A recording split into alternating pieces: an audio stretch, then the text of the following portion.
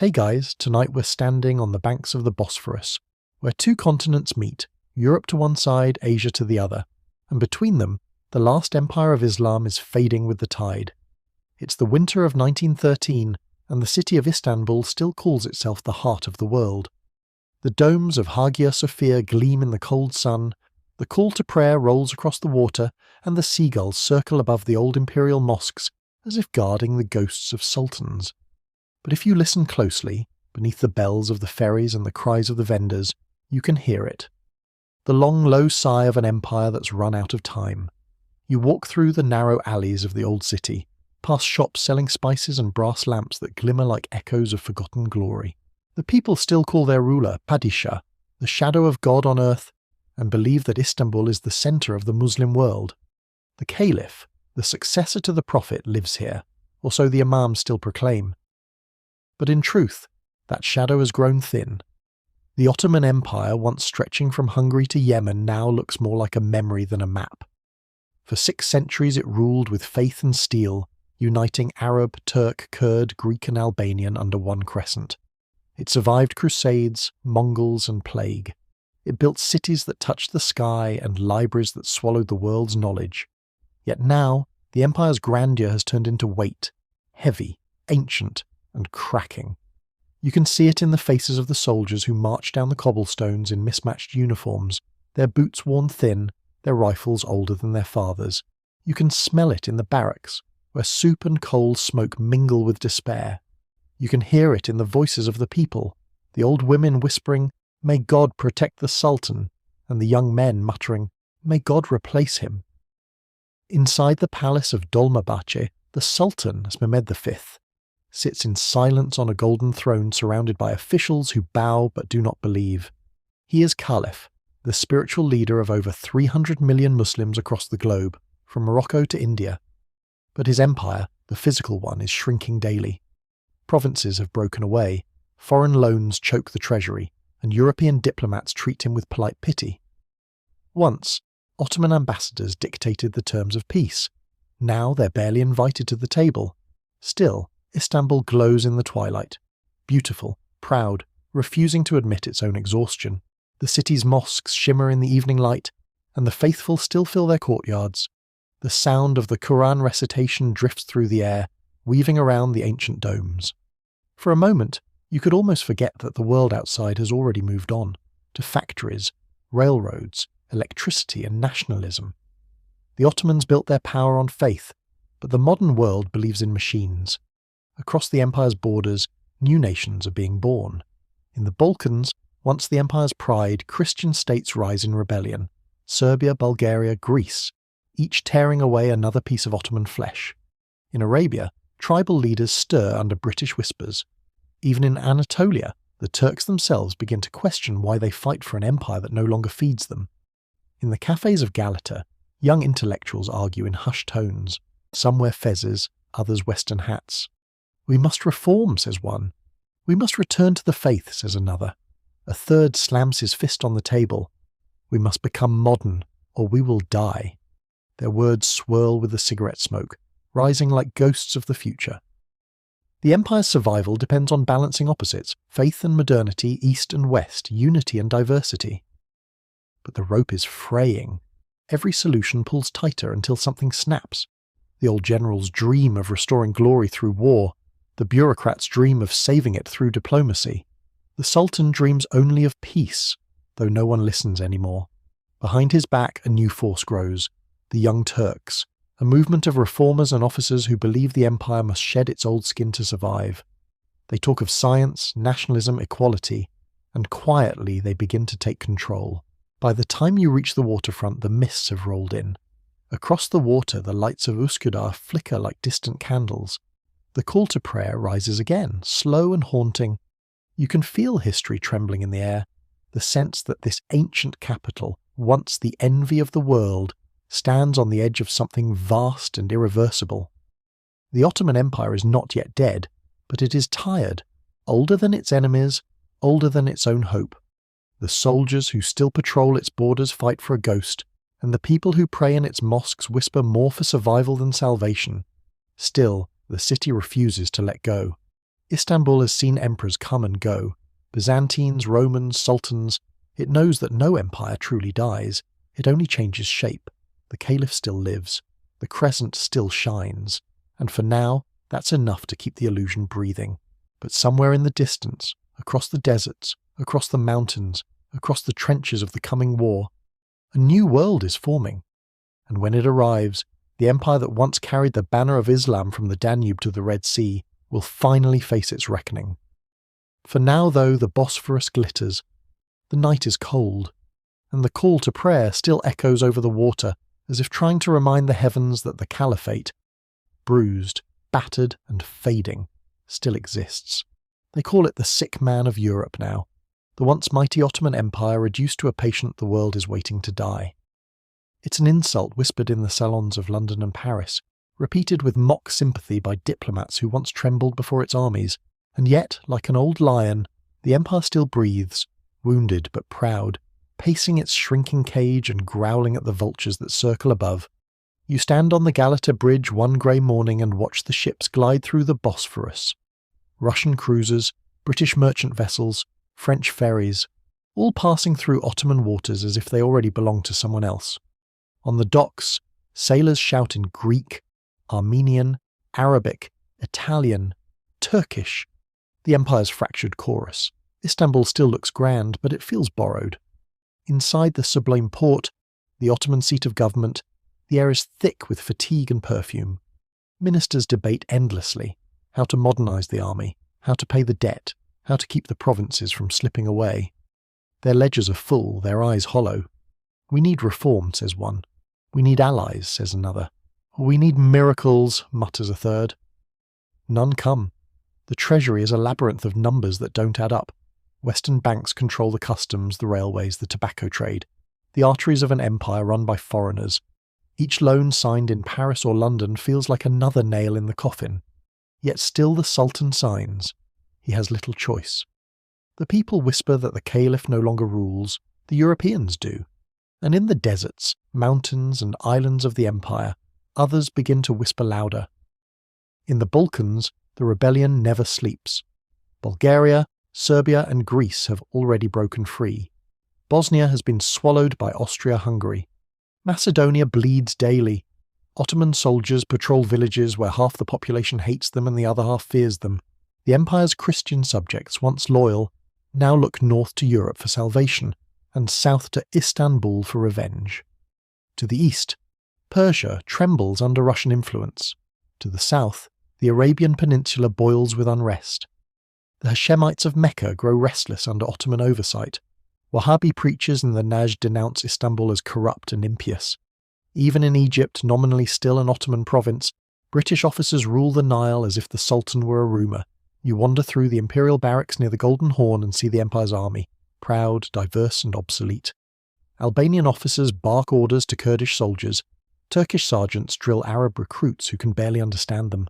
Their rifles are from the last century, their uniforms patched, their boots worn through. Yet when the call to prayer sounds, every man turns east, shoulder to shoulder, bound for a moment by faith if not by purpose. The problem isn't courage, it's time. The Ottomans are fighting the modern world with medieval tools, bureaucracy slower than the telegraph, cannons older than factories, rulers still speaking of divine right in a century of parliaments. Inside the palace, the Sultan tries to adapt. He opens new schools, hires European advisors, sends envoys to study railroads and medicine. But every reform brings a rebellion. The conservatives cry, "You are selling Islam to the unbelievers." The liberals cry, "You are not changing fast enough." And the army mutters that if the Sultan cannot lead, perhaps it should. The cracks widen after the Young Turk Revolution of 1908, when officers and intellectuals rise up demanding a constitution. For a brief dazzling moment, hope flares. The streets fill with cheers, the newspapers speak of freedom, the parliament reopens. "The empire reborn," cry the crowds. But the euphoria lasts about as long as a summer storm. Nationalism floods in from every direction. Turks demanding Turkish rule, Arabs demanding Arab autonomy, Armenians demanding justice. The unity they dreamed of collapses under the weight of identity. By 1912, the empire faces the Balkan Wars, small on maps, enormous in consequence. The Ottoman army marches to defend its last European lands, and the world watches in pity and astonishment as centuries of dominion vanish in a season. The great fortresses of Edirne and Salonika, once jewels of Islam in Europe, fall to the Christian states that once feared them. Refugees pour into Istanbul, thin, frightened, hungry, their stories soaked with loss. We walked for weeks, one woman tells you, every mile another grave. The empire's map, once vast and proud, now looks like a tattered rug, edges frayed, colours faded. Only Anatolia, the Arabian deserts, and a few islands remain intact. The rest is gone, swallowed by history. And yet the Sultan still calls himself Caliph, commander of the faithful. In mosques from Morocco to Malaysia, his name is still recited in Friday prayers. That title is all he has left, but it still holds a strange magnetic power. To millions of Muslims living under British, French and Russian rule, he is still the last symbol of unity, the shadow of the prophet in a world of colonizers. Even if his empire is dying, his crown of faith still glows faintly. But crowns, like candles, burn brightest before they die. You stand on the shore of the Bosphorus as the sun sets, and the call to prayer drifts over the water again. Haunting, beautiful, desperate. The city is golden, but the light is dying. Somewhere in the palace, a scribe records the Sultan's daily routine in perfect Ottoman calligraphy, his elegant script curling across the page as if to defy time. He doesn't know that his art will soon vanish with the empire that gave it meaning. The soldiers on the bridge change shifts, their shadows long and thin. The streets grow quiet.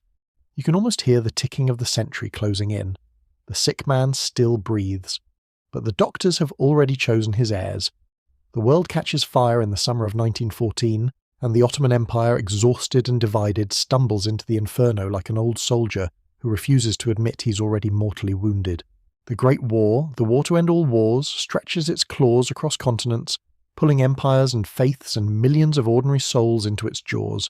And in the middle of it all, the Ottomans still believe they have one last role to play, that perhaps, through faith or fortune, God might grant them one more miracle. You're in Istanbul on the morning the telegram arrives from Berlin. It's short, sharp, and full of promises. Germany, newly industrialized and burning for global power, seeks an ally in the East. The message offers weapons, training, and money, all in exchange for loyalty and a little shared hatred of the British and the Russians. To the aging Sultan Mehmed V and his German-educated ministers, it sounds less like temptation and more like salvation. In smoky rooms along the Bosphorus, the young Turk triumvirate, Enver Pasha, Talat Pasha, and Cemal Pasha, debates the decision that will decide the empire's fate. We must choose, Enver insists, his eyes bright and fevered. If we stand alone, we die. With Germany we fight Talat, the politician frowns. And if we lose, Enver smiles thinly, then we die anyway, but standing. And so, in November 1914, the Ottoman Empire joins the Central Powers, throwing its lot in with Germany and Austria-Hungary against Britain, France and Russia. The mosques thunder with proclamations of jihad fi sabilillah, holy war in the path of God, against the infidel invaders. From the pulpits of Cairo to the mountains of Afghanistan, the Sultan Caliph calls on Muslims to rise. For a moment it feels as if the empire's ancient spiritual power might still move the world. But the world has changed. The call to jihad echoes through colonies ruled by men who don't care for sermons, generals with telegraphs, airplanes and barbed wire. The British tighten their grip on Egypt, India and Arabia. The French dig into Syria and Lebanon. Even in the mosques of Istanbul, some whisper that the war is not holy, but hopeless. The Ottoman armies march anyway. Enver Pasha sends tens of thousands into the frozen mountains of the Caucasus to fight the Russians. They wear thin wool, carry little food, and freeze where they fall. In the deserts, Cemal Pasha drives men toward the Suez Canal, dreaming of cutting Britain's empire in two. They die under the blazing sun. In Gallipoli, Turkish soldiers fight like lions, defending their homeland against British and Australian invaders. And there, at least, they win. The cliffs above the Dardanelles drip with blood and legend, but victories like Gallipoli cannot save an empire bleeding from every artery. Disease, famine, and exhaustion spread faster than hope. In the Arab provinces, rebellion stirs. Sharif Hussein of Mecca, descendant of the prophet and guardian of the holy cities, secretly negotiates with the British. He promises an Arab revolt in exchange for independence, The British promise him a kingdom. What they truly promise each other is the empire's dismemberment, and then the unthinkable, the Armenian deportations of 1915. In the chaos of war, fear and fanaticism take hold. The Ottoman leadership accuses the Armenian population of conspiring with the Russians. The result is one of history's darkest chapters: forced marches, starvation, massacres. The empire that once prided itself on tolerance and faith becomes consumed by paranoia and cruelty. The Caliphate's moral authority, already fragile, is shattered. You can feel it in the streets of Istanbul. The call to prayer still echoes, but fewer listen. The bazaars are quieter, the laughter thinner. Every family has a son at the front or a brother lost to hunger. Bread lines curl around mosques. The empire's capital smells of coal smoke, damp wool, and despair. By 1917, the British take Baghdad, then Jerusalem, then Damascus. The Arabs, led by Sharif Hussein's son Faisal and his British ally T.E. Lawrence, rise in revolt under the banner of Arab nationalism, the first cracks in the Caliphate's sacred geography. The Ottoman army, once the sword of Islam, becomes a ghost retreating across deserts. Sultan Mehmed V dies in 1918, worn down by grief. His brother Mehmed VI takes the throne just in time to inherit defeat. When the armistice is signed, Ottoman soldiers lay down their weapons across 3 continents. The empire that entered the war dreaming of revival emerges without breath. You stand again on the Bosphorus, watching Allied warships glide into the harbour. The sight is surreal. British, French, Italian, even Greek flags fluttering beneath the shadow of Topkapi Palace. The soldiers of foreign powers march through the streets of Istanbul, their boots striking cobblestones that once echoed with the processions of caliphs. The empire is occupied. In a single generation, the world has been remade, and the Ottomans, who once saw themselves as God's chosen custodians of the earth, are now beggars in their own capital. But even as foreign banners rise above the city somewhere in Anatolia, a soldier begins to march in the opposite direction. One who has seen Gallipoli, who knows what it means to lose everything but not surrender. His name is Mustafa Kemal, and before long his footsteps will shake the last pillars of the old world. For now, though, the night settles over Istanbul like mourning cloth. The mosques glow faintly in the fog. Somewhere in the palace the caliph prays alone, for mercy, for survival, perhaps for forgiveness. Outside, the empire sleeps in ruins, and the world prepares to bury it. The year is 1920, and the empire's corpse lies on the table, its bones labelled, its veins mapped, its organs promised to other men. In a grand hall outside Paris, diplomats sit beneath chandeliers and decide the fate of millions. The victors of the Great War, Britain, France, Italy, Greece, carve up the Ottoman world with pens as sharp as swords. The document they produce is called the Treaty of Sèvres, but in Istanbul they call it something else, the death warrant of the Caliphate. You picture the scene, an Ottoman delegate, pale and sweating, standing before a table covered in velvet. Around him sit the conquerors, men in medals and powdered collars, reading clauses that slice his country into pieces. Syria and Lebanon to France, Iraq and Palestine to Britain, Smyrna to Greece, Armenia and Kurdistan to be protected zones. Even Istanbul, the empire's ancient heart, is to remain under Allied occupation. The Caliph, the Sultan, the shadow of 600 years, is to rule over nothing more than a faint outline of Anatolia, a museum of his own dynasty. When the news reaches Istanbul, the city trembles. Newspapers print the terms and crowds gather outside mosques to pray, weep or rage. The Sultan, Mehmed VI Vahideddin, signs the treaty anyway.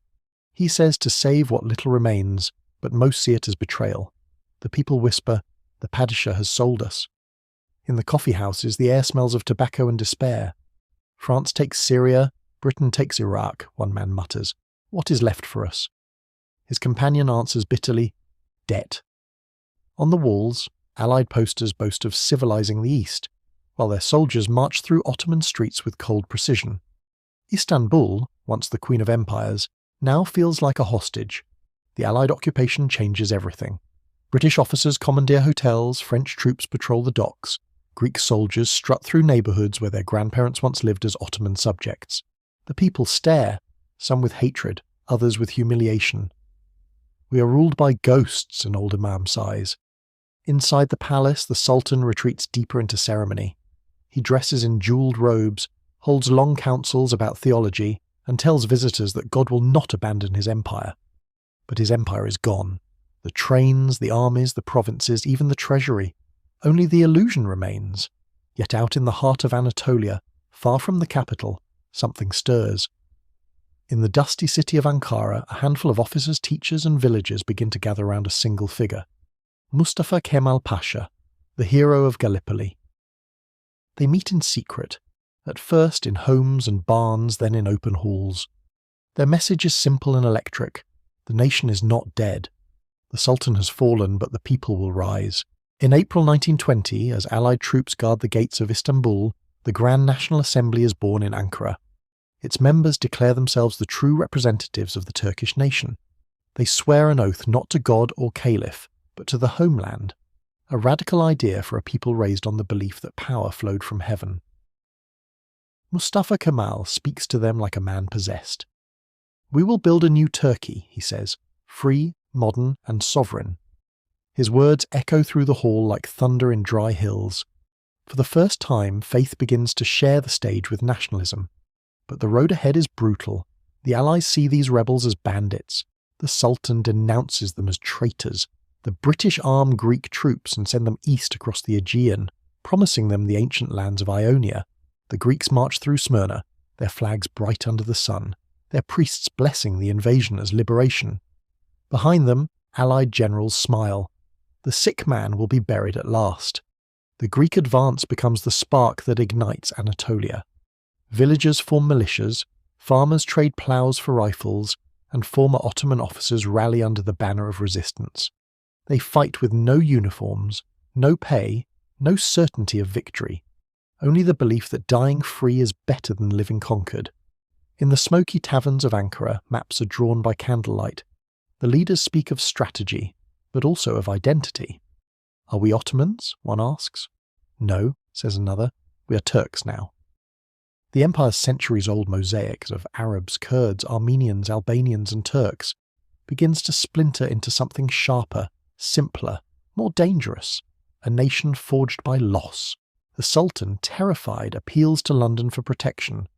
The Allies send reassurances and more troops, but they do not understand what they've unleashed. By treating the Ottomans as relics, they have created revolutionaries. In 1921, Ankara declares that all loyalty to the Sultan's government in Istanbul is treason. Clerics debate furiously. How can Muslims disobey their caliph? Mustafa Kemal's answer is cold and clear. The Caliphate belongs to God, but the throne of Turkey belongs to its people. As you walk through Ankara's narrow streets, the energy is palpable, a mixture of exhaustion and defiance. The mosques double as armories, the schools as hospitals. The people have little food, less hope, and yet somehow the flame burns brighter than ever. Istanbul, meanwhile, grows quiet.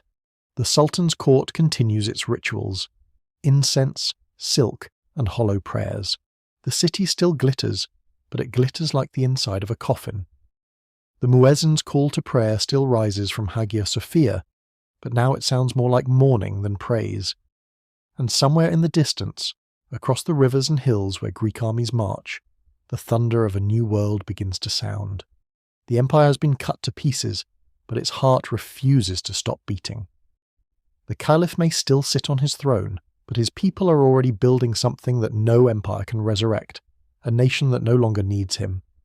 Ankara smells of dust, sweat, and determination, a city of soldiers without uniforms and clerks without desks, the temporary capital of a people rebuilding themselves from ashes. It's 1921, and the old world has collapsed. The Sultan's Istanbul is an occupied dream. The Allied flags fly over the Bosphorus. The Caliph's decrees carry no further than the palace gates. But here, in the heart of Anatolia, a new pulse beats, hard, fast, unyielding. You see it in the faces of men and women trudging into the city from the countryside, some barefoot, some leading donkeys loaded with sacks of grain, others carrying rifles older than they are. They come because they've heard of one man, Mustafa Kemal Pasha, the general who refused to surrender. They call him Ghazi, the victorious one, though victory is still a rumour. He stands before the newly formed Grand National Assembly, a body of farmers, imams, professors and soldiers, men in tattered robes beside men in military coats, all arguing fiercely but with the same fire.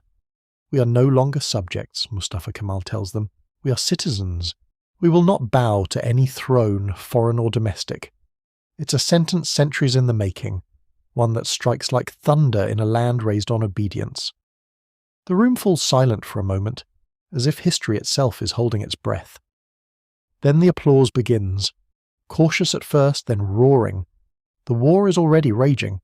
Greek forces, supplied by Britain and encouraged by Europe's promises of empire reborn, have pushed deep into Anatolia. Their goal is nothing less than the resurrection of ancient Greece, to reclaim Asia Minor, and perhaps even march on Ankara itself. The Turkish resistance is outnumbered, outgunned, and, for a time, nearly out of hope. The battle lines stretch across a land of mountains and dust. You march alongside soldiers who have no shoes but carry rifles wrapped in cloth. They fight not for empire or caliphate, but for the right to exist. "We've lost everything else," one soldier mutters, squinting into the sunrise. "If we lose this, we lose even our names." Mustafa Kemal reorganizes what remains of the Ottoman army. Officers who once swore loyalty to the Sultan now serve the nation. He appoints Ismet Pasha as commander at the front. Their correspondence is brisk, direct, and often brutal. "No retreat," Mustafa writes, "no surrender." Every hill is a flag. The fighting becomes a rhythm. Advance, retreat, dig trenches, bury the dead, fight again. Villages burn, rivers run red. But somehow the resolve hardens. The Turks have no empire left to defend, only soil, and soil, unlike empire, is something you can die for. By the summer of 1921, the Greeks reached the Sakarya River, a few miles from Ankara. It's here that the fate of Turkey, and the last remnant of the Ottoman world, will be decided. The battle lasts 22 days. It's fought in heat and dust so thick it clogs your throat. Shells fall until the hills themselves seem to scream. The Turks fight from trenches carved into dry earth, sometimes hand to hand, sometimes tooth to tooth. When the smoke clears, the Greeks have been driven back. Mustafa Kemal stands on a ridge, his uniform torn, his face streaked with dust and blood. He removes his cap, wipes his brow, and says quietly to his officers, "Here we stop the enemy. Here we stop fate." The victory at Sakarya changes everything. It's not just a military triumph, it's a resurrection. The morale surges like floodwater. Men who had lost faith in anything now believe in something. If not in God or empire, then in themselves. In Ankara, the news spreads like wildfire. People weep in the streets. The call to prayer that night carries a different tone, not lament, but gratitude. The imams preach that God has not abandoned them after all. The spirit of Islam, one says, has simply changed its form. The Sultan, still in his palace in occupied Istanbul, hears of the victory and panics. His advisors urge him to send congratulations, but he knows what it means. His authority has just been defeated on the battlefield. He orders clerics to issue fatwas condemning the Ankara government as rebels, but the words ring hollow. The people no longer listen to his voice. In the autumn, Ankara forms a provisional government with ministries of defence, finance and education. A government of necessity, built in tents and barns but run with the efficiency of a revolution. Schools reopen, new currency is printed, and for the first time in centuries the laws of the land are written not in Arabic calligraphy, but in the plain, modern Turkish script of the people. It's both symbolic and sacrilegious, the first step toward breaking with the empire's entire worldview. By 1922, the tide has fully turned. The Turkish army, hardened by survival, launches a final offensive. It's swift and devastating. In the Battle of Dumlupınar, the Greeks are crushed. Their armies retreat toward the coast in chaos. Smyrna, once occupied, now burns with the fire of liberation, though its flames consume the innocent and guilty alike. The war ends not in triumph, but in exhaustion. Yet for the first time in generations, the land breathes free. In Ankara, Mustafa Kemal addresses the nation. The era of sultans is finished. The people are the masters now. The words ripple through the mountains, across the plains, all the way to the domes of Istanbul.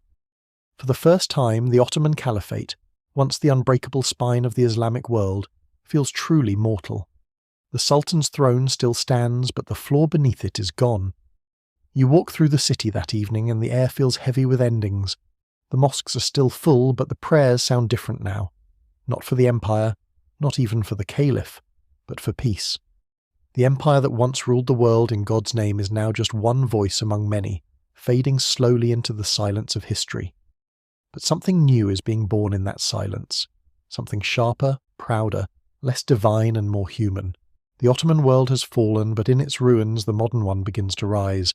The smoke still hangs over the western hills when the trains begin to arrive, packed with soldiers, farmers and widows, their faces hollow with hunger and victory. The year is 1922, and the Turkish War of Independence is ending at last. For 3 years, the people of Anatolia have fought against Greeks, Armenians, French, and even their own countrymen who sided with the Sultan. Now, amid the ashen silence, a new flag rises over the rubble, red, defiant and crescent-marked. You stand on a dusty road outside Ankara as a convoy of trucks rattles past. The men riding them wear mismatched uniforms, a strange mix of Ottoman relics and modern simplicity. Some carry Qur'ans tucked into their belts, others cigarettes clenched in their teeth. All of them have that same hollow calm, the look of those who've seen the end of a world and somehow survived it. Mustafa Kemal, their commander, no longer looks like the young general of Gallipoli. His face is leaner now, his hair streaked with grey. He moves with the stillness of a man who knows history watches him. At his side walks Ismet Pasha, his loyal second-in-command. They don't smile, they don't need to. They've done what no one thought possible, driven every foreign army from Anatolia. News spreads like fire, the Greek army shattered, the foreign powers stunned, the old order finished. But the victory brings not celebration, not yet. The people are too tired for joy. Villages lie in ruins, fields burned, railways twisted into scrap. Refugees wander aimlessly between towns, carrying everything they own in small bundles of cloth. The war has been won, but the peace feels haunted. Still, Ankara hums with energy. The Grand National Assembly reconvenes under banners stitched from blood-stained uniforms. The men inside know the war isn't truly over until the empire itself is buried. Mustafa Kemal takes the podium, his voice low and measured. The nation has freed itself, he says. Now it must free its future. The words ripple through the chamber like a current. Everyone knows what he means. The Sultan must go. For centuries the Ottoman sultans were both kings and caliphs, rulers of the state and guardians of the faith. To question them was to question God's order. But now, after centuries of divine monarchy, Mustafa Kemal speaks of sovereignty not as a heavenly right, but a human one. No man, he says, can claim rule by the will of God. The people themselves are God's trust. The debate burns for days. Some delegates tremble at the thought of abolishing the Sultanate. Without the Caliph, what becomes of Islam, one cries. Mustafa Kemal's reply is cutting. Islam is eternal. Thrones are not outside, the people wait, weary, curious, uncertain. In Istanbul, the Sultan clings to the illusion of authority, issuing decrees no one obeys, holding councils no one attends. The Allied troops still guard him, but even they sense the farce. The Caliphate, one British officer remarks, is like a candle in a storm, beautiful, useless, and doomed. On November 1st, 1922, the Assembly votes. The Sultanate is abolished. The decision passes almost unanimously. When the telegram reaches Istanbul, silence falls over the palace. The Sultan, Mehmed VI, stares at the words in disbelief. "It cannot be," he whispers. "I am the Caliph of the world." But the world is gone. 2 weeks later, under cover of night, a British warship, the Malaya, anchors quietly in the Bosphorus. The Sultan slips out through a side gate, his robes bundled under his arm, his eyes wide and hollow. British officers escort him to the dock. A handful of loyalists follow, carrying chests of jewels and Qur'ans. The Sultan pauses, looks back once at the silhouette of Istanbul, the domes of Hagia Sophia, the spires of the Blue Mosque, the palace lights flickering in the mist, and then steps aboard. The engines hum. The ship pulls away. By morning the city wakes to the news. The last Ottoman Sultan has fled. Crowds gather outside mosques and cafes. Some weep openly, others mutter prayers, a few cheer. "Good riddance," one vendor says, lighting his pipe. The Sultan was a ghost already. For the first time in 600 years the throne of Osman is empty. In Ankara, Mustafa Kemal receives the news in silence. He stands at the window of his modest headquarters, staring out at the bare hills. "It is finished," he says quietly. "Now the people must build what comes next." But finishing the Sultanate does not finish the past. The Caliphate still exists as a spiritual symbol, the last thread connecting the Ottoman legacy to the wider Muslim world. For many, it's the soul of Islam. For others, it's a relic. Mustafa Kemal knows he cannot destroy it outright. Not yet. The people are not ready. So he leaves the title intact, suspended in the air like an echo of empire. The assembly elects a new caliph, Abdulmajid II, cousin of the deposed sultan, a quiet man of letters, a painter, a poet, more philosopher than ruler. He accepts the position reluctantly. "If the caliphate must end with me," he says, "let it end with dignity." He resides in a small villa in Istanbul, stripped of power but treated with respect. His only authority is moral, a symbol for the faithful, nothing more. Yet even that symbol begins to feel dangerous in a world trying to move forward. Meanwhile, the foreign powers scramble to adjust. Britain, which once feared a united Islamic caliphate, now worries about a fractured one. In Egypt and India, Muslims protest the Sultan's removal. Clerics send petitions begging Ankara to restore the caliphate's prestige. The very unity that once held the empire together now threatens to tear the new republic apart. Mustafa Kemal watches all of this calmly. "They mourn a ghost," he says. "Let them." When they wake, "We will show them the living in Istanbul." Abdulmajid begins each morning with prayer and painting. His portraits are gentle, melancholy. Sultans in twilight, palaces dissolving into mist, faces fading into abstraction. When asked what he paints, he replies softly, "The sound of silence after empire." The war is over. The Sultan is gone. The caliphate still breathes, but faintly, like a candle flickering in a room already bathed in the light of a new world. And somewhere in Ankara, in a dim office filled with maps and papers, Mustafa Kemal leans over a draft of the Republic's constitution.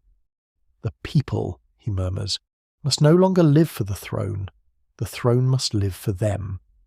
It's a cold morning in November 1922, and Istanbul wakes under a new kind of silence, the silence of a city without a sultan. For 600 years, dawn here began with the beating of palace drums, the rising smoke of incense, the shuffle of courtiers through marble halls. Now the drums have stopped. The palace gates stand open. The Sultan's banner, the Tugra of Osman, has been lowered from the citadel. You walk along the Bosphorus, and the fog feels heavier than usual. The fishermen mutter as they cast their nets. The ferrymen don't speak at all. Even the call to prayer sounds slower, as if the muezzin himself hesitates before saying the name of a caliph who no longer rules. In the old neighbourhoods near Topkapi, people still whisper the story of the Sultan's flight. Some say he left in tears, clutching the Quran. Others say he departed with trunks of gold and jewels. The truth doesn't matter. The image has already become legend. The last Ottoman ruler, stepping into the darkness under British guard, leaving behind a city that no longer believes in him. In the palace itself, the marble corridors echo with emptiness. Servants sweep dust where silk once trailed. The throne room smells faintly of rosewater and abandonment. A few aging eunuchs wander aimlessly, unsure whether to weep or bow to the absence.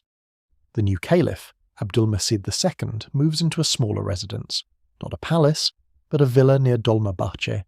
He's a gentleman, tall, thin, more scholar than sovereign.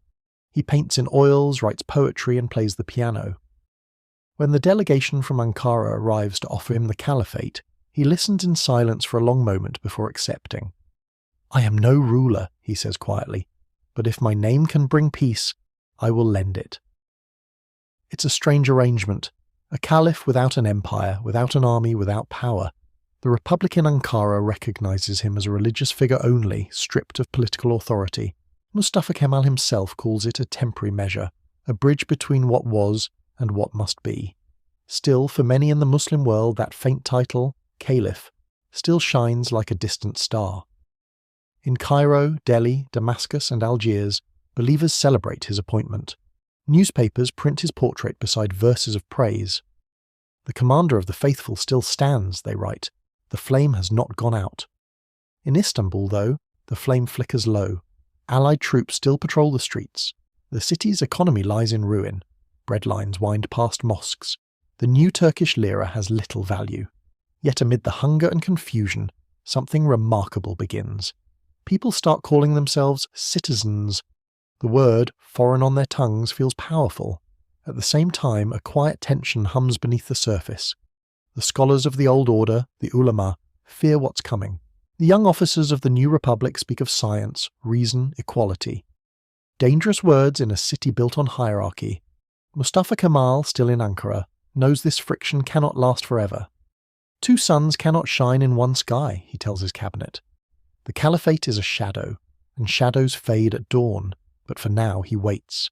He knows the revolution must move slowly or not at all. In early 1923, the Lausanne Conference begins. The Allies, forced to negotiate with a victorious Turkey, finally recognise its sovereignty. The Treaty of Lausanne replaces Sèvres. The death warrant torn up, replaced with a new birth certificate. The foreign troops begin to withdraw. Istanbul, after 5 years of humiliation, is free again. When the first Turkish soldiers march back into the city, the crowds weep. Flags appear in windows, mosques ring with the call to prayer, yet something feels different. The soldiers no longer salute the Sultan, they salute the Republic. In Ankara, Mustafa Kemal declares the victory not as a restoration of empire, but as a triumph of the people over superstition. He begins to speak more openly of reform, of secular education, of equal rights for women, of laws written not in Arabic but in the language of the nation. The imams bristle. The foreign ambassadors marvel. The people listen. Meanwhile, in his quiet villa, Caliph Abdülmecid paints. His canvases fill with wistful scenes, sunsets over the Golden Horn, veiled women walking through gardens, palaces dissolving into mist. Visitors say he speaks little of politics, though he receives delegations from abroad, Indian scholars, Egyptian reformers, Arab nationalists, all pleading with him to reclaim his authority. The world needs a caliph, one delegation insists. Abdülmecid smiles sadly. The world, he replies, no longer listens to caliphs. It listens to machines. His words prove truer than he knows. Across the world, oil and industry are replacing thrones and titles. In the newspapers, photographs of airplanes, radios and automobiles crowd out the faces of kings. History has changed languages, and faith, even the caliphate, must either translate or vanish. By October 1923, the inevitable happens. The Republic of Turkey is proclaimed. The capital is officially moved from Istanbul to Ankara. Mustafa Kemal becomes President Atatürk, father of the Turks. Crowds in Ankara cheer, while in Istanbul the reaction is muted. The faithful pray that the caliph will still stand as a moral beacon. But others sense the truth. A republic cannot serve two masters. That winter, in the streets of Istanbul, you can feel the old and the new walking side by side. One is fading, veiled, tired, murmuring old prayers. The other strides forward, clean-shaven, hungry, carrying books instead of banners. They pass each other in the snow without speaking. The empire's body is gone. Its soul, the caliphate, still lingers, thin, translucent, fragile. And far away in Ankara, Atatürk is already sharpening the blade that will finally sever the past from the future. The first morning of the Turkish Republic dawns pale and cold over Ankara, a city of stone, mud, and wind.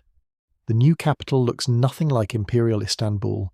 There are no domes, no palaces, no marble fountains, just wooden houses, barracks, and the hum of construction. Yet this is exactly how Mustafa Kemal Atatürk wants it. Istanbul belongs to the past, to the sultans, the caliphs, the foreign armies that once paraded through its streets.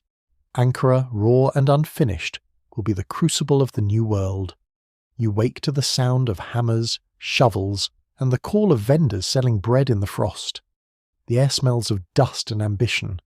Government clerks sit in unheated offices drafting laws that will rebuild not an empire but a nation. Soldiers patrol with discipline but without fear. The cafes are filled with debate about education, women's rights, language, science, and Europe. The words freedom and progress, once whispered, now ring out like prayers. Atatürk walks through the assembly in his plain grey uniform, his stride quick and certain. He has no crown, no jewels, only eyes that seem carved from resolve. When someone greets him as Your Excellency, he waves it off.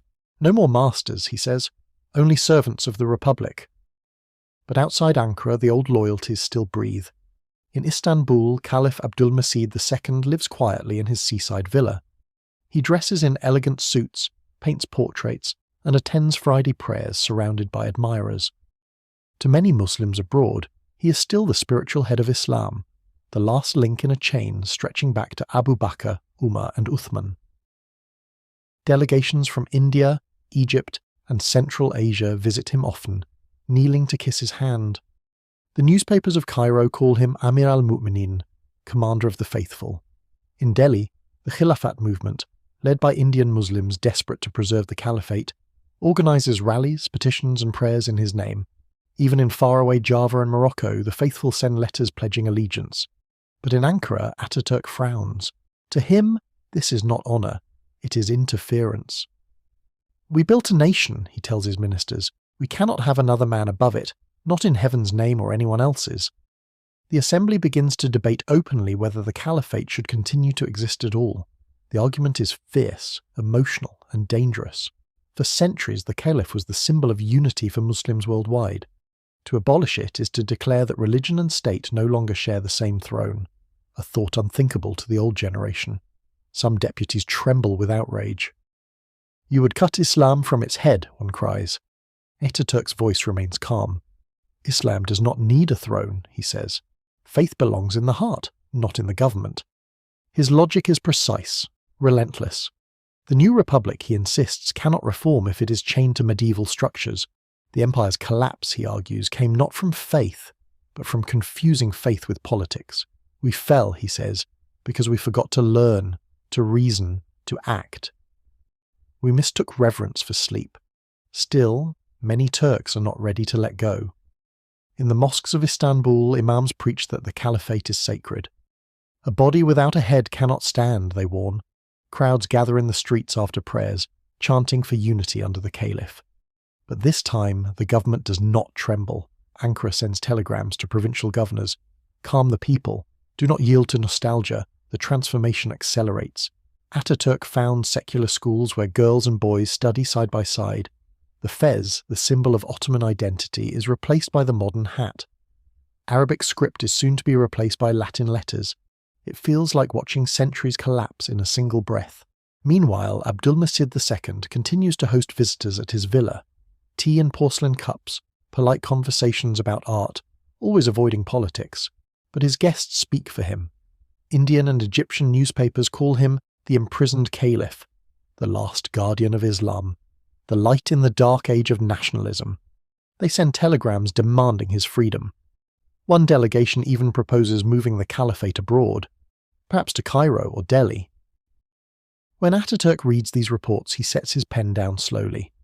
The caliphate is no longer a faith, he says. It is a weapon against the nation. His ministers know what that means. The next step is inevitable. In the assembly, preparations begin quietly for a series of decrees. The Sharia courts are to be dissolved.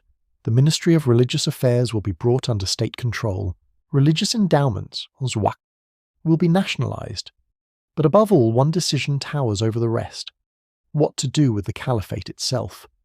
For months, the issue hangs like smoke over Ankara. In Istanbul, rumours spread. The government plans to exile the caliph, close the mosques, outlaw Islam itself. The rumours are false, and yet they feel true enough to frighten. You walk through the streets of Ankara one evening and feel the tension in the air. In one cafe, students argue about the future. "The world is moving forward," one says. "We can't drag our past like a corpse." In another, an old muezzin shakes his head. They build a new house by tearing down the mosque next to it. It's clear now. There is no compromise left. The Republic cannot share the sky with a symbol of empire. The question is not if the caliphate will fall, but when. And in a matter of months the answer will arrive. Swift, final, and world-shaking. The winter of 1924 comes early to Ankara. The snow falls in thick, silent curtains over the city's stone rooftops, muffling even the sound of the call to prayer. Inside the Grand National Assembly, the air is heavy with smoke, wool, and expectation. For weeks, rumours have spread like fire. The caliphate, the last shadow of the Ottoman world, is about to be abolished. No one knows exactly when, but everyone knows it will happen soon. You stand outside the Parliament building in the pale morning light, watching officials hurry past in overcoats and boots. Their faces are drawn tight, their breath white in the cold air. There's no celebration, no joy, only inevitability. The revolution that began in 1919 with rifles and oaths will end today with signatures and silence. Inside, Mustafa Kemal Atatürk sits at the head of the chamber, his posture still and his expression unreadable. Before him lies a stack of papers, draft decrees that will end a lineage stretching back nearly 1,300 years to the Prophet's companions. The weight of history presses on everyone in the room, but Atatürk shows no tremor. "Gentlemen," he says, his voice calm, "we cannot have one body in the grave and one hand in the future. The Caliphate belongs to yesterday." A murmur passes through the assembly. Some deputies bow their heads, others glare, a few still whisper prayers under their breath. But no one dares to interrupt. The debate that follows is both fierce and sorrowful. One elder deputy rises, his voice trembling. "Pasha," he says, "we owe our ancestors respect. The Caliphate united our people for centuries. Will you end it with the stroke of a pen?" Atatürk looks at him steadily. "It ended the day we mistook obedience for faith," he replies. "The Caliphate did not unite us. It divided us from the world." Another deputy protests. "But Muslims everywhere look to Turkey for leadership." Atatürk nods, "and that is precisely why we must free them." Let each nation stand on its own feet. The age of empires is over. The age of nations begins outside. The crowd grows. Soldiers, students, merchants, imams, all waiting to see what will happen. Some wave the red flag of the Republic. Others carry Qurans. Women in veils stand beside men in western coats. The air hums with anticipation, faith, and fear all tangled together. At noon, the final motion is read aloud. The Caliphate is hereby abolished. The office of Caliph is terminated. All functions formerly belonging to that office are transferred to the Grand National Assembly. A long silence follows. Then, as if the words themselves weigh too much, the hall exhales. The deputies begin to sign, one by one. By evening, it's done. The Caliphate, once the beating heart of the Islamic world, the institution that had crowned sultans and sanctified empires, no longer exists. In Istanbul, the news spreads like lightning. Some refuse to believe it. Others rush to the mosques weeping openly. In one tea house, a poet throws his newspaper into the fire and mutters, "We are orphans now." In another, a young clerk slams his cup on the table and says, "Good. Let the world see that we can stand without crutches." For the Caliph himself, Abdülmecid II, the news arrives by telegram. He reads it quietly in his study overlooking the Bosphorus. His daughter, Duruşehvar, recalls years later that he didn't speak for a long time. Then, folding the paper, he said softly, "So it ends." He asks for time to pack. The new government grants him none. Before dawn, soldiers arrive at his villa. They are polite but firm. "Your Highness," their commander says, "by order of the Republic you are to leave the country immediately." The family gathers what they can: paintings, books, a few personal belongings. The servants weep as they help carry trunks to the waiting car. Abdülmecid pauses before stepping out, taking one last look at his easel, where an unfinished canvas shows the Bosphorus at sunset. "It's beautiful," he says quietly, "because it fades." They drive to the train station under a moonless sky. At every crossing, soldiers salute.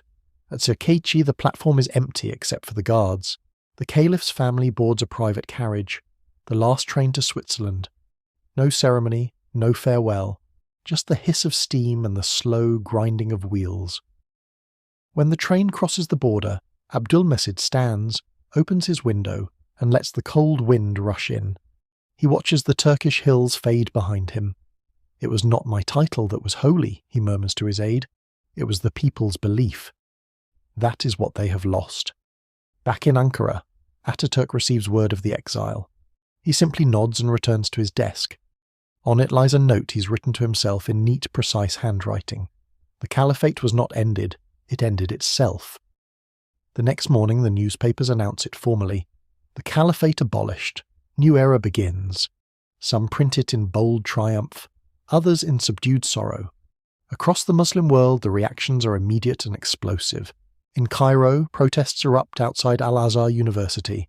In Delhi, Indian Muslims hold mass meetings declaring the loss of the Caliphate a wound in the heart of Islam. In Mecca and Medina, pilgrims whisper prayers for guidance. But in Ankara, life moves on. Schools open, trains run, the factories hum, the new flag flutters in the wind, untroubled by history. For the first time in 13 centuries, the world of Islam has no caliph. And for the first time in modern history, Turkey has no master but itself. You stand on a hill outside the capital that evening. The snow has stopped. The stars are sharp and cold. In the distance you can see the city lights, the faint glow of a republic born from the bones of an empire. Somewhere a muezzin's voice rises, pure and unbroken. The prayer sounds the same as it always has, but the world listening to it has changed forever. The morning after the abolition feels unreal. The sun rises over Ankara like it always does, but the air is different, lighter for some, hollow for others. For 6 centuries the word caliph had carried divine gravity, the echo of unity across continents. Now it's gone, erased by decree. The ink is barely dry, and already the republic moves on. But across the Muslim world, shock reverberates like thunder across the desert. You walk through the narrow streets of Ankara and see 2 worlds brushing shoulders. Government clerks rush to offices with papers clutched under their arms, reciting new laws and reforms. Across the street an old imam sits in the shade, his prayer beads slipping slowly through his fingers, whispering verses under his breath. The revolution feels total, modernity running past faith like a train that never stops. In Istanbul, the reaction is chaos and quiet grief. The mosques fill day and night with worshippers reciting Quran for the fallen caliphate. Sermons tremble with anger and nostalgia. For 1300 years, one imam cries, the believers had a shepherd. Now they wander alone in the storm, some weep. Others whisper that perhaps this was God's punishment for centuries of corruption. In Cairo, protests swell around Al-Azhar. Scholars issue fatwas condemning the act as heresy. The Muslims are now headless, declares Sheikh Yusuf al-Dajawi. In the bazaars, men shout, how can Islam live without its crown? Across the Red Sea in Mecca, the Hashemite King Ali calls for an Arab caliphate to fill the void. He's ignored, but the dream spreads. In Damascus, banners rise bearing the words, the caliphate is the heart of the Ummah, do not let it die. In India, the outrage burns brightest. The Khilafat movement, once a political cry against British rule, now becomes a cry of mourning. Indian Muslims, who had rallied for years to protect the Ottoman Caliphate, feel betrayed, not by Britain this time, but by the Turks themselves. The sons have buried their father, one Delhi newspaper writes. Mahatma Gandhi, who had allied with Muslim leaders in the Khilafat cause, falls silent. His friend, Maulana Azad, speaks instead. The Caliphate is gone, but Islam remains. Perhaps God meant to teach us that our faith needs no throne. Letters flood Ankara by the thousands, from Cairo, Delhi, Bukhara, Jakarta. Some plead, some curse, some simply ask, why? Ataturk reads none of them. He tells his secretary, they will understand in time. A people cannot lead the world if they live in the past. And yet, even among his supporters, unease lingers. We have broken the chain, one young officer says to another over coffee. Perhaps it was rusted, but it held us together. His companion shakes his head. Better to walk free with scars than to live forever in chains. In the weeks that follow, the transformation accelerates. The Ministry of Religious Affairs is absorbed into the state. The courts are secularized. Religious schools lose funding. Arabic titles and Ottoman honorifics are banned. It's dizzying, breathtaking, ruthless. The Republic isn't simply rejecting empire, it's rewriting the entire vocabulary of power. But symbols die harder than thrones. In backstreets and cafes, old men still refer to His Majesty the Caliph. They say it softly, as if invoking a ghost. In one tea house by the Golden Horn, a storyteller lifts his cup and begins, once there was a sultan who ruled half the world. The crowd listens, half ashamed, half hungry for a story that feels safer than reality. For the ordinary believer, the loss is spiritual more than political. For centuries, the Caliphate had symbolized the unity of faith, the idea that all Muslims, no matter their land or language, shared one house. Without it, the map looks fragmented. Egypt under Britain, India under Britain, the Arabs divided by new borders drawn by foreign pens. The word ummah, community, begins to sound like a memory. Still, not everyone mourns. Reformers across the Middle East see opportunity in the wreckage. In Cairo, the Egyptian nationalist Ali Abdel Razik publishes a controversial book, Islam and the Foundations of Government, arguing that Islam doesn't require a caliph at all. The Prophet, he writes, left no political system. Faith is personal, governance is human. His book is banned, but his idea takes root. The debate that once seemed blasphemy now becomes a philosophy. Meanwhile, Abdul Majid II settles quietly in exile, first in Switzerland, then in France. He paints landscapes of Istanbul from memory, each one washed in melancholy light. Sometimes he receives visitors from the East who bow deeply, tears in their eyes. "You were our caliph," they tell him. He only nods. "I was a page," he says softly, "in a book already closed." In Turkey itself, life moves on with surprising speed. The first secular schools open. The calendar is changed to the Western system. The call to prayer remains, but sermons are delivered in Turkish now, not Arabic. Some imams protest, others adapt. The younger generation seems more curious about radios than relics. You walk through the streets of Ankara one evening and see the transformation in motion. Women walking unveiled beside their husbands, children carrying school books in the new alphabet, shops displaying clocks instead of prayer beads. The empire's ghosts still linger, but they're losing their echo. Still, something about the quiet feels uneasy. The mosque lights glow softly in the twilight, but the space between faith and power has never felt wider. "We have built a nation," Atatürk says in a speech that spring, "and in doing so, we have freed faith from politics. Let it now belong to the heart." In one sense, he's right. The caliphate had become a relic of empire, but for millions beyond Turkey's borders, its fall feels like the world has lost its anchor. The Islamic heart, once bound by one name, now beats in 1,000 directions. And so the empire's story ends not with fire or conquest, but with silence, a signature, a departure, and a question that still drifts like smoke across the horizon. What becomes of faith when its throne is gone? The ink on the decree has barely dried, but Mustafa Kemal Atatürk is already working on the next revolution, not of guns or banners, but of minds. The caliphate's end is only one pillar toppled. The others, he knows, still stand. Centuries of clerical authority, superstition disguised as faith, and submission to tradition in place of reason. "We have changed the form," he tells his ministers one evening, pacing before a fire in Tankya mansion. "Now we must change the soul." Ankara hums with transformation. New ministries rise from dust. Typewriters clatter where scribes once dipped pens into inkwells. In the classrooms, teachers drill children in the Latin alphabet, still strange to their tongues. A nation that cannot read its own signs, Atatürk says, cannot find its own path. He orders the old Arabic script abandoned. Within months, newspapers, road signs, and books appear in the new letters, modern, crisp, deliberate. It's not just language that's changing, it's identity itself. You walk through the streets and see it everywhere, a deliberate shedding of skin. Men replace their fezzes with European hats, women unveil their faces, musicians trade the ode for the violin. It's awkward, uneven, sometimes absurd. Old habits clashing with new ideas, but it's unstoppable. The Republic is like a river breaking through centuries of damned tradition. Still, resistance simmers quietly. In Istanbul, conservative imams whisper that the reforms are erasing Islam itself. Pamphlets circulate denouncing the godless revolution. In the mosques, sermons mourn the loss of the caliphate, not as politics, but as poetry. "Once we were united beneath one prayer," one preacher laments. "Now we pray in many languages to the same God who no longer answers as he did." Atatürk's response is unflinching. "Religion," he declares, "is a matter of conscience. The state has no conscience. It has law." It's a phrase that scandalizes clerics, but electrifies reformers. For the first time in Ottoman Turkish history, faith is officially separated from the government. The Friday sermon may still echo over Ankara, but the parliament no longer bows to it. He replaces the old Sharia courts with secular tribunals, enforces civil marriage, and grants women rights to education, property, and divorce, concepts unthinkable under the old empire.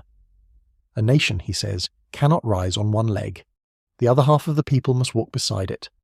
His critics call him ruthless, godless, a tyrant in the name of progress. But his supporters see him as the builder of a new civilization.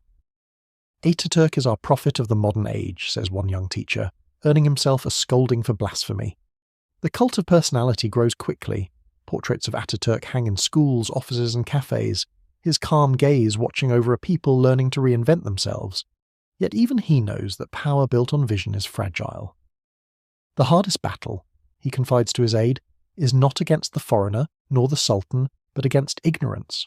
He travels the countryside in trains, stopping in villages, speaking directly to farmers, students and labourers. This land, he says, belongs not to empires, but to those who work it. You see him one afternoon in a small Anatolian town. He steps from his car, tall, clean-shaven, eyes bright despite exhaustion. The villagers gather, nervous. One elder bows low and says, "Pasha, we do not understand these changes." Without the caliph, who leads us? Ataturk places a hand on the man's shoulder. "You do," he says simply. "You lead yourselves now." It's the essence of his revolution, self-determination disguised as secularism. He doesn't seek to destroy faith, only to confine it to the heart, to free it from power's corruption. Yet for many the distinction is lost. He wants to be God, one mullah mutters. He has replaced the pulpit with the parliament. Beyond Turkey's borders, the reactions remain divided. Some Arab intellectuals admire Ataturk's courage, seeing him as a pioneer of independence. Others curse him for betraying the Ummah. In Cairo, the poet Ahmed Shawki writes, "We wept for the Caliphate as a widow weeps for her husband. Now we weep for Islam, orphaned by its own son." The British and French, meanwhile, watch with cautious satisfaction. A secular Turkey, one diplomat writes, is far less dangerous than a sleeping caliphate. They see Ataturk as proof that Islam can be tamed by modernity, but they underestimate the resilience of what he has set loose, a new form of pride, fierce and secular, that doesn't bow to anyone, east or west. Back in Ankara, the assembly passes law after law. The Islamic lunar calendar is replaced by the Gregorian one. Sunday becomes the new day of rest instead of Friday. The Adhan, the call to prayers, is translated into Turkish. The press debates whether mosques should use electric lighting or remain candlelit. Even the small details of daily life are rewritten to reflect the new creed of progress. In Istanbul, Abdülmecid II reads about these changes in the French newspapers from his exile in Nice. He sighs, folds the paper, and goes back to painting. His latest canvas shows an empty throne by the sea, waves lapping at its legs. He titles it Echo of Empire. Ataturk, for his part, refuses nostalgia. Nations, he tells the assembly, are not born to remember, they are born to build. And build he does. New schools rise, railways expand, factories hum. The Republic begins to look less like rebellion and more like permanence. Yet, beneath the steel and optimism, the old world still lingers. In whispered prayers, in the rhythm of the Adhan, in the memory of a caliph whose name once united the world. In the evenings, when the wind howls over Ankara's hills, you can almost hear two histories arguing in the dark, one fading, one just beginning. And in that uneasy harmony, modern Turkey learns to walk on its own. It's early March 1924, the last days of winter, and Ankara feels charged. Not with celebration, but with quiet, electric tension. You can taste it in the air like dust before a storm. The Parliament building, perched on its hill of stone, glows with lamplight late into the night. Inside, pens scratch across paper, and a single decision, centuries in the making, is about to close the door on 1,000 years of empire. Ataturk sits at his desk, the ink still drying on the decree. He looks weary but unshaken. Around him ministers murmur in low voices. Outside, the wind lashes against the windows, rattling them like ghosts demanding entry. It's March 3rd, 1924, the day the Caliphate will officially die. When dawn breaks, the snow begins to melt. Across Ankara, the city wakes early. Civil servants, soldiers, and schoolchildren file into the streets, unaware they are living through the last sunrise of a 1,300-year-old institution. Inside the Grand National Assembly, Ataturk takes the podium. His words are steady, deliberate. "Gentlemen," he begins, "today we end a chapter that no longer serves our people. Religion is sacred, but the use of religion for politics is profane." The chamber murmurs. He raises a hand for silence. The Caliphate is not of the Quran, it is of history, and history has moved on. The motion is read aloud. The Caliphate, being incompatible with the sovereignty of the nation and the Republic, is hereby abolished. Ataturk sits down, folds his arms, and waits. No one dares to speak. The deputies exchange glances. Then, one by one, they rise to vote. The result is unanimous. Just like that, the last thread of empire snaps. Back in Istanbul, soldiers surround the villa of Abdülmecid II, the final caliph. They arrive at dawn, polite, efficient, unyielding. The caliph, dressed in a tailored European suit, is eating breakfast when they enter. His wife gasps. His daughter, Durusheva, clutches her father's hand. "Your Highness," the officer says. "By order of the Republic, you are to leave the country immediately." Abdülmecid nods slowly. "May I take my books?" he asks. The officer hesitates, then nods. The caliph gathers a few volumes, Quran, Rumi's poetry, a sketchbook, and turns once toward the window overlooking the Bosphorus. The morning mist hides the minarets. "It is strange," he says softly, "how beauty survives the end of power." He and his family are escorted to the Sirkeci train station under heavy guard. No crowds line the platform, no farewells, only the hiss of steam and the faint cry of gulls. The train pulls away, carrying the last caliph of Islam toward exile in Europe. Ataturk receives the telegram confirming the departure. He simply says, "Good." Then he lights a cigarette and looks out at the hills of Ankara, bare and brown under the late winter sun. To one of his aides, he murmurs, "We have buried an empire today and planted a nation." The news hits like thunder across the Muslim world. In Cairo, protests erupt outside Al-Azhar University. Students chant verses from the Quran, while scholars condemn the godless Turks.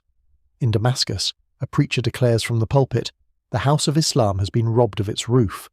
In Delhi, crowds march through the streets, waving black flags in mourning. Some shout Ataturk's name as a curse, others as a challenge. In London, newspapers call it the most radical act of modern history. The Times writes, "The East has decrowned itself." But in Ankara there is no mourning. The government announces a new Ministry of Religious Affairs, not to rule faith, but to manage it under the laws of the Republic. The separation is now complete.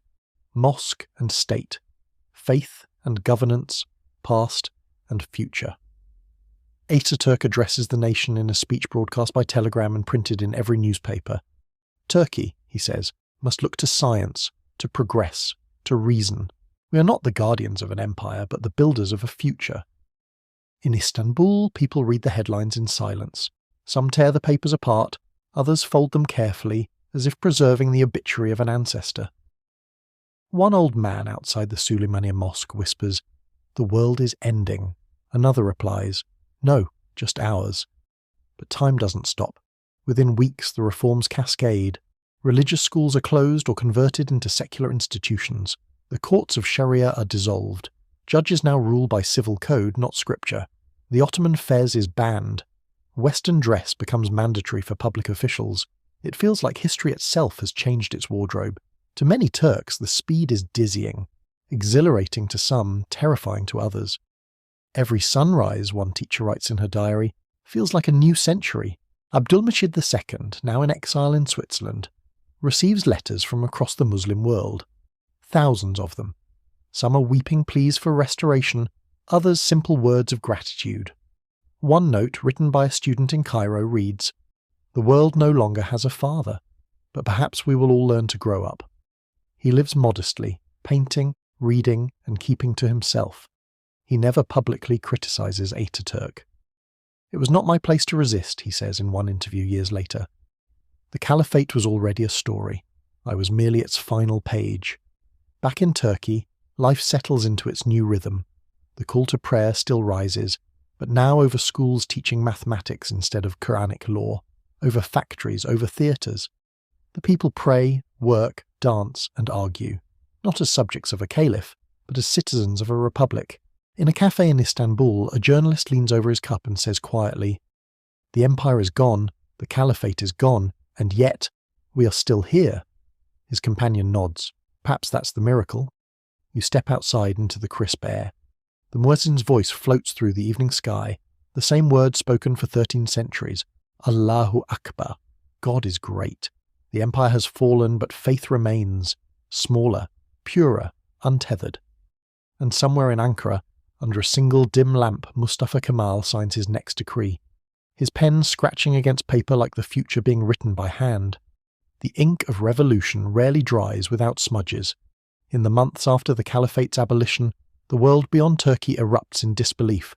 From the Atlantic to the Indian Ocean, sermons thunder with outrage.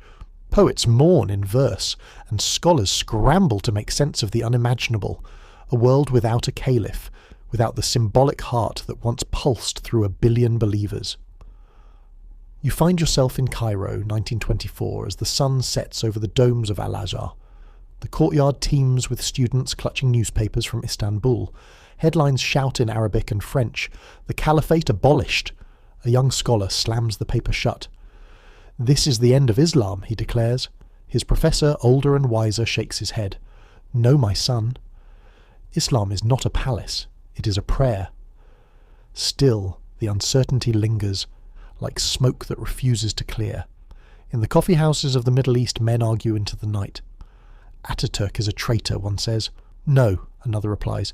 "He has freed us from a dead man's shadow." In Damascus, a cleric shouts from the pulpit, "They have torn the garment of the Ummah." In Baghdad, another quietly responds, "Perhaps it needed mending." The shock reverberates farthest in India, where the Khilafat movement collapses overnight. Muslim leaders who once urged loyalty to the Ottoman Caliph now face their followers in shame. Crowds march through Delhi and Lucknow chanting, "The Turks have betrayed us." Others hold vigils reciting verses from the Quran in grief. One banner reads, "We defended the Caliphate. The Caliphate abandoned itself." In Mecca, Sharif Hussein, once a British ally, now self-proclaimed king of the Hejaz, senses opportunity. He declares himself the rightful caliph of Islam, citing his lineage from the Prophet. But the proclamation falls flat. His rule is weak, his kingdom fragile, and the Muslims of the world ignore him. Within a year, Ibn Saud's Wahhabi forces sweep across the Hejaz, toppling his rule and silencing his claim forever. The idea of an Arab caliphate dies before it can take root. In Cairo, King Fuad of Egypt makes a similar attempt. His court theologians issue statements suggesting that Egypt, the heart of learning, the cradle of Al-Azhar, should host the new caliphate. But Britain, which controls Egypt's politics behind the scenes, quietly blocks the move. The age of caliphs, one British diplomat writes smugly, has ended. The age of clerks has begun. The Islamic world splinters into confusion. Scholars argue in journals and pamphlets. Some call for the caliphate's restoration, others for a new spiritual council, a shura, that could unite believers without one man's rule. In India, the poet-philosopher Muhammad Iqbal writes passionately, "The caliphate is not lost. It lives within the soul of every believer who stands upright before God." His words spread like wildfire among the educated youth. For the first time, Muslims begin to imagine a form of unity not through empire, but through shared identity, faith without throne, dignity without crown. Meanwhile, in Turkey, the storm abroad barely stirs the surface. The Republic moves forward with relentless speed. The mosques remain open, but the sermons are softer now. The Quran is translated into Turkish for the first time. The Adhan, the call to prayer, is also rendered in the new language, echoing through Ankara in strange, unfamiliar tones. Some call it liberation, others call it blasphemy. But Atatürk stands firm. The people must understand their own prayers, he says. He travels through the countryside inspecting schools and factories. Children greet him not with salam alaikum, but with long live the Republic. He smiles faintly. Both, he says, are prayers of a kind. In the old Ottoman heartlands, Syria, Iraq, Egypt, Palestine, life without a caliph feels disorienting. The British and French mandates carve artificial borders across the desert, drawing lines through tribes and histories. Nationalism replaces faith as the new gospel. Flags rise where once the crescent united all. Arabic newspapers print editorials titled "Islam Without Empire," filled with both sorrow and relief. And yet, not all despair. Some reformers see the moment as divine mercy, a chance for Islam to rediscover itself without the corruption of kings. In Al-Manar, the Egyptian thinker Rashid Rida publishes fiery essays calling for a modern caliphate, one based on consultation, knowledge, and justice, not royal blood. But even he admits that no land, no people, and no ruler is ready for it. The caliphate, he writes, has not been abolished by men, but by time itself. In Paris and London, journalists marvel at the Turkish miracle. Le Figaro calls it a revolution of civilization within a single decade. But others see danger.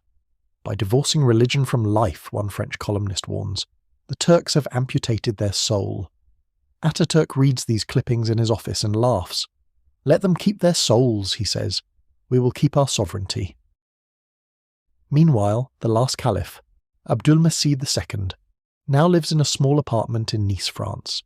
He spent his mornings painting, his afternoons walking along the promenade, and his evenings reading the Quran. When reporters find him, they expect bitterness.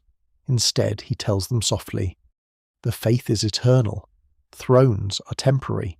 Perhaps Turkey will teach Islam humility." His words are printed across Europe but ignored in Cairo and Delhi, where hope for restoration still flickers like a dying candle. In Turkey, people begin to forget what a caliph even was. Children grow up learning science, literature and law, not dynasties. They speak Turkish, not Ottoman Arabic. The mosques still stand, but their minarets seem quieter somehow.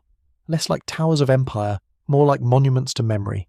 Still, when Ramadan comes, the entire nation glows with lanterns. Families gather for iftar, and old men tell stories of Suleiman the Magnificent and Saladin as if they were characters from legend. The faith lives, smaller, gentler, private, stripped of grandeur but not of grace. By year's end, the world adjusts.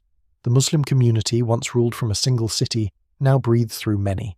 Cairo, Mecca, Delhi, Jakarta. Each claims to be a light for Islam, yet none dares to call itself the centre. And so, a unity once drawn by the sword is replaced by something quieter, a shared remembrance. The empire's roar has faded into whispers, but those whispers echo still in every mosque and every prayer rug facing Mecca. The caliphate is gone, but its absence becomes the new axis around which the modern Islamic world begins to turn. By the late 1920s, the world has settled uneasily into its new shape.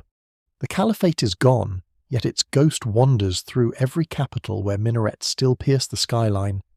Cairo, Damascus, Delhi and Mecca each carry the same unspoken ache, that something vast and ancient has vanished, leaving behind a silence too large to fill.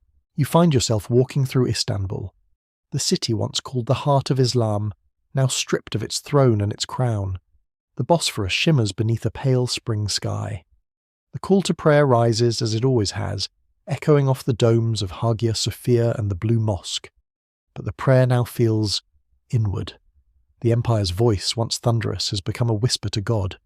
The city itself seems unsure of who it is. Trams rattle through cobblestone streets once trodden by caliphs. Schoolchildren recite poems about the Republic instead of verses from the Quran. In bookshops, portraits of Atatürk replace those of sultans. "He gave us the future," one shopkeeper tells you with pride. Then he lowers his voice, "But sometimes I miss the past." Across the Muslim world, leaders scramble to define their own paths. Egypt, still under British influence, becomes a stage for intellectual war. The secularists at Al-Ahram newspaper celebrate Turkey's courage. At last, a Muslim nation has joined civilization. But the clerics of Al-Azhar fire back, at what cost? A tree without roots may bloom for a season, then die. In Arabia, the House of Saud consolidates its new kingdom. With Mecca and Medina under their control, they claim to be the custodians of Islam's holiest places. But unlike the Ottomans, they make no claim to the caliphate. Their faith, austere, puritanical, stripped of ceremony, rejects worldly titles. "We need no caliph," declares King Abdulaziz ibn Saud. "God alone is king." To the east, in India, the shock of the caliphate's fall fuses with the struggle against British colonialism. Muslim thinkers search for new meaning in the wreckage of empire. Some turn to nationalism, others to pan-Islamic dreams. The poet Muhammad Iqbal writes, "No throne endures, but the spirit of the believer is the caliphate within." His words inspire a generation that begins to imagine Islam not as a kingdom, but as a community of hearts, spiritual, intellectual, borderless. Back in Turkey, Atatürk presses forward with his revolution. The Swiss civil code replaces Islamic law, education is secularized, the Latin alphabet spreads across classrooms like wildfire. Streets that once bore the names of sultans are renamed after poets, scientists and generals of the Republic. To be modern, Atatürk says in a speech, is to belong to humanity, not to inheritance. Yet, not everyone belongs easily. In the countryside, imams preach quietly of the old days. Peasants listen by lamplight as the muezzin still calls in Arabic, even when the state demands Turkish. The village elders shake their heads at the changing times. He abolished the Caliphate, one says, but he cannot abolish the dawn prayer. In 1928, the constitution is amended. The clause declaring Islam as the state religion is removed. Turkey, for the first time in over a millennium, becomes an entirely secular state. The announcement sends shockwaves through the Muslim world once again. Cairo protests, Delhi debates, Mecca praise. But the Turkish newspapers headline it simply, "The Republic belongs to all, not to any creed." It's a paradox that defines the new age, a Muslim nation built on the absence of Islamic rule. You wander through the neighbourhoods of Ankara one evening and see it taking shape. Cafes filled with students reading French novels, women walking unveiled through the streets, radios broadcasting Western music, but also mosques glowing softly at dusk, their courtyards filled with barefoot children learning to pray. The two worlds coexist, awkwardly but peacefully, like roommates who've learned not to argue. Abroad, the loss of the caliphate continues to haunt politics. Movements spring up, trying to revive its spirit. In 1926, Egypt hosts the Cairo Caliphate Conference, inviting scholars and rulers to discuss a new leadership for the Muslim world. The gathering draws delegates from across Africa and Asia, but it ends in chaos. No agreement, no successor, only speeches and tears. One scholar summarizes it bitterly. "We gathered to crown a king and instead buried an idea. The dream fades slowly, but never fully dies. Each generation revives it in a new form, political, spiritual, or philosophical. The caliphate becomes less a system and more a symbol, a longing for unity in an age of division." Meanwhile, the exiled Caliph Abdulmajid II lives quietly in France. He paints, reads, and keeps to himself, his days framed by the same sea that once carried his ancestors' fleets. His health declines, but his spirit remains gentle. In one of his letters to a friend he writes, "Perhaps history needed to rest. Even the moon must wane before it can rise again." When he dies in 1944, few notice. The newspapers of Europe publish a few lines. Former Caliph of Islam dies in exile. In Istanbul, only a handful of old men remember his name. The Ottoman dynasty is gone, the palaces turned into museums. The last caliph's passing feels like the quiet final breath of an entire civilization. But the world he left behind has not forgotten. The call for unity, once political, now spiritual, still beats in the background of every Muslim heart. From Indonesia to Morocco, mosques continue to echo the same prayer. One God, one community, one direction. The empire is gone, but the compass remains. And in Turkey, under a sky free of crowns and crescents alike, people still rise before dawn, wash their faces in cold water and turn east to pray. They no longer pray for empire or caliph, only for light. By the 1930s, the world has learned to live without the caliph, but not without his memory. His shadow lingers, woven into sermons, stories, and the sighs of those who still remember the time when one name bound the entire Muslim world together. The empire is gone, the palaces are museums, the sultans are footnotes, and yet the question the world cannot stop asking whispers through every minaret: was unity lost or finally found? You are in Ankara, the heart of the Republic, 2 decades after the last caliph's exile. The city hums with energy, trams ring their bells, factories smoke, typewriters clack. Turkey now belongs to a new generation, one that has never known a sultan's rule or the weight of an imperial title. For them, the caliphate is not a wound, it's a legend. In schools, children recite poems about Ataturk's vision. "A nation awake," one teacher says proudly, "is worth 1,000 thrones asleep." The classrooms are bright, the walls covered with maps of a smaller but prouder Turkey. Every morning students rise to salute the flag, not for faith, but for country. The Ottoman centuries, with their grandeur and burden, feel like a distant dream fading into history books. But history never vanishes, it only changes its costume. In the mosques, the old men still speak softly after prayers. Once, one says, our caliph's word was law from the Nile to the Indus. Another shakes his head, and yet we were poor, hungry, and divided. The conversation fades into silence, nostalgia wrestling with truth. The transformation Ataturk began is complete now. The Turkish language, once ornate with Persian and Arabic flourishes, is stripped to its bones, plain, sharp, modern. The law is secular, the calendar Western, the alphabet Latin. Europe sees in Turkey a reflection of itself, though the reflection is wary, shaped by its own scars. Ataturk himself has become mythic. His image hangs in every office, every classroom, his gaze stern but calm. He made us modern, people say. Others add quietly, he made us lonely. The call to prayer, once forced into Turkish, has returned to Arabic after his death, a compromise between progress and memory. The Republic has survived its birth pains, but it carries the tension of its creation in every breath. Beyond Turkey's borders, the ripples of the Caliphate's fall still move through time. The Middle East reshapes itself in the vacuum of empire. Egypt under King Farouk toys with the idea of claiming the Caliphate in the 1940s, but the world no longer listens. The Arab League forms in 1945, not under religion, but under politics. In Pakistan, born in 1947 from the wreckage of India, leaders speak of an Islamic democracy, a modern echo of the Caliphate's ideal of unity, wrapped in the language of nationalism. And yet the longing remains. You hear it in Cairo, whispered in cafes under the shadow of British occupation. We were one once. You hear it in Damascus, where students debate socialism and scripture with equal passion. You hear it even in Istanbul, where poets sit by the Bosphorus, writing verses about crescent moons and lost crowns. The Caliphate has become a metaphor, a wound that healed into a scar. In Europe, historians write that the fall of the Ottoman Caliphate marked the end of medieval Islam, the moment the Muslim world entered the modern age. But among believers the sentiment is more complex.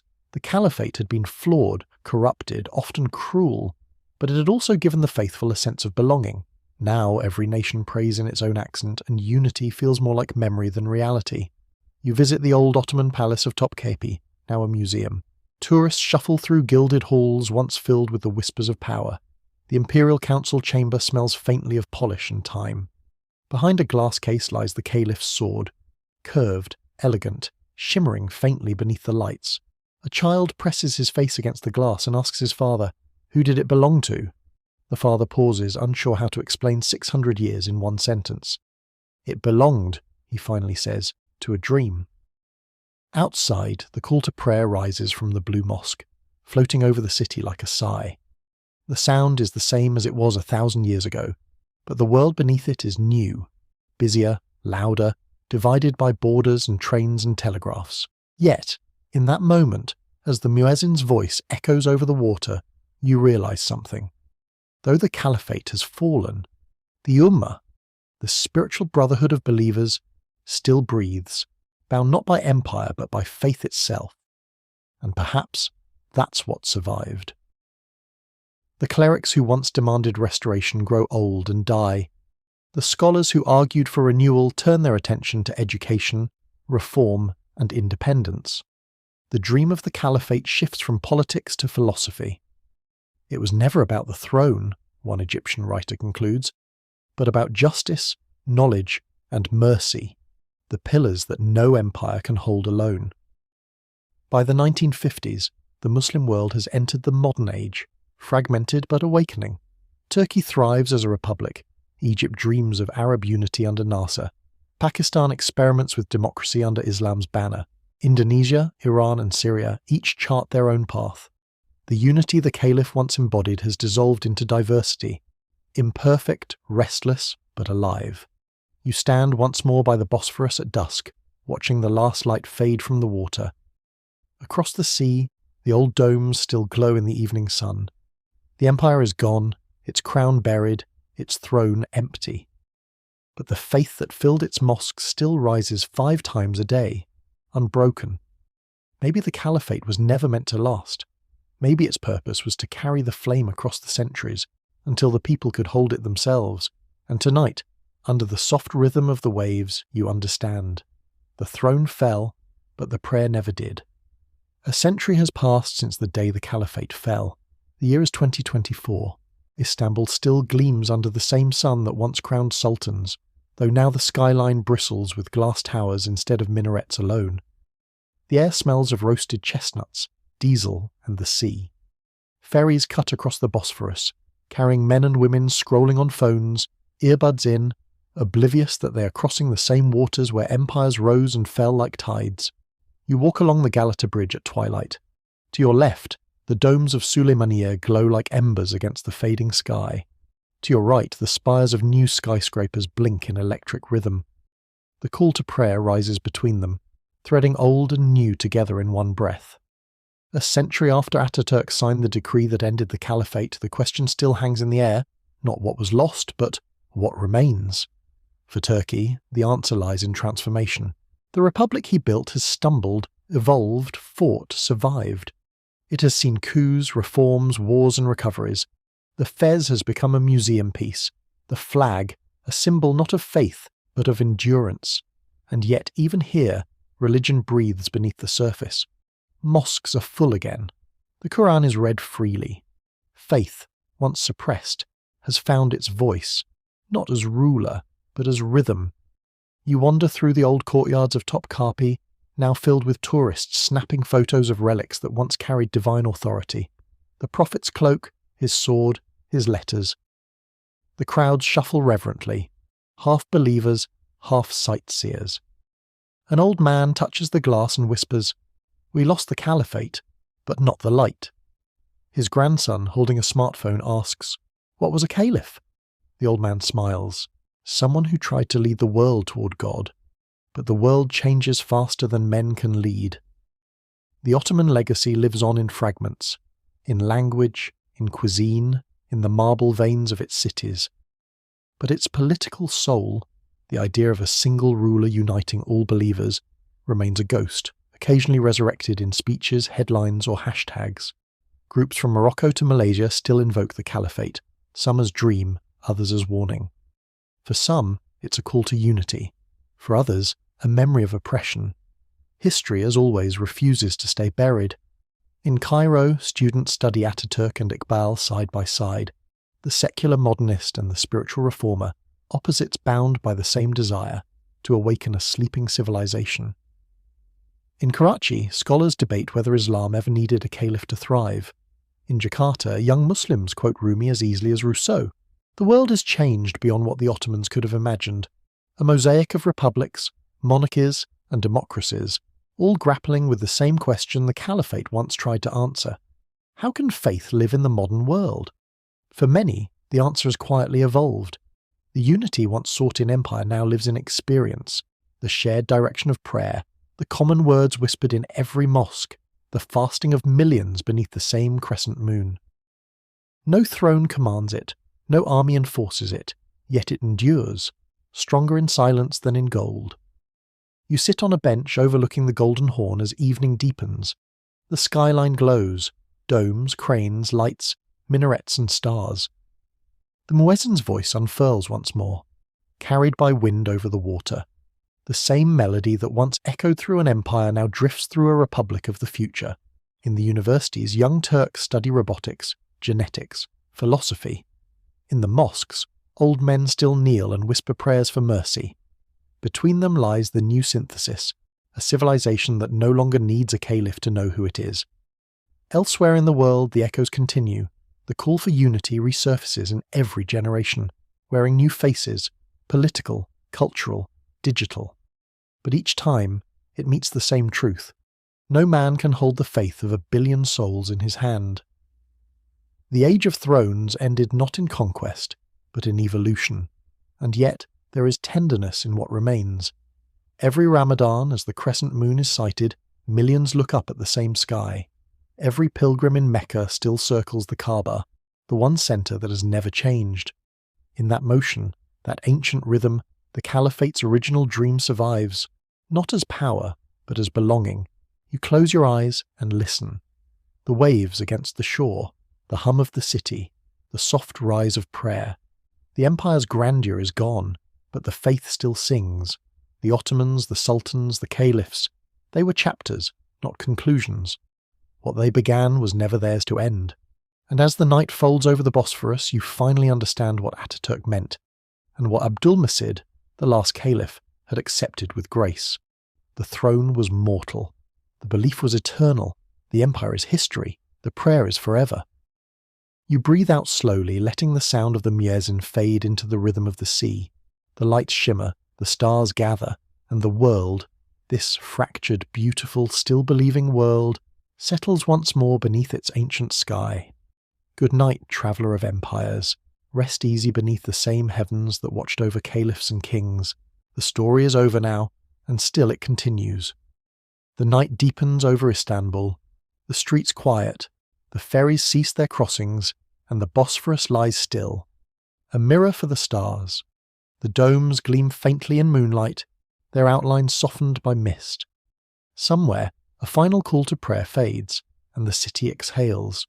You sit beneath an old cypress tree overlooking the water, and the centuries seem to blur. The voices of sultans, scholars, and poets fade into the hush of waves. The empire that once ruled the world has folded into memory, yet its heartbeat lingers, steady, faint, alive in every whispered bismillah. The air cools. Lanterns flicker out. The minarets stand like sentinels against the sky. You think of everything that's been lost, the palaces, the banners, the certainty, and of what's been found in their absence. A quieter faith, a deeper patience, a world learning, slowly, to guide itself. The wind moves softly through the trees. A ship's horn moans in the distance, then fades, and as you close your eyes you feel it, the vastness of time, the gentleness of survival, the truth that no empire can own. The caliphate has fallen, yes, but the spirit that once built it still glows, faint as starlight, enduring as dawn. Sleep now. The world turns, the crescent rises, and history, like the sea, will keep whispering long after you're gone. Good night, sweet dreamses.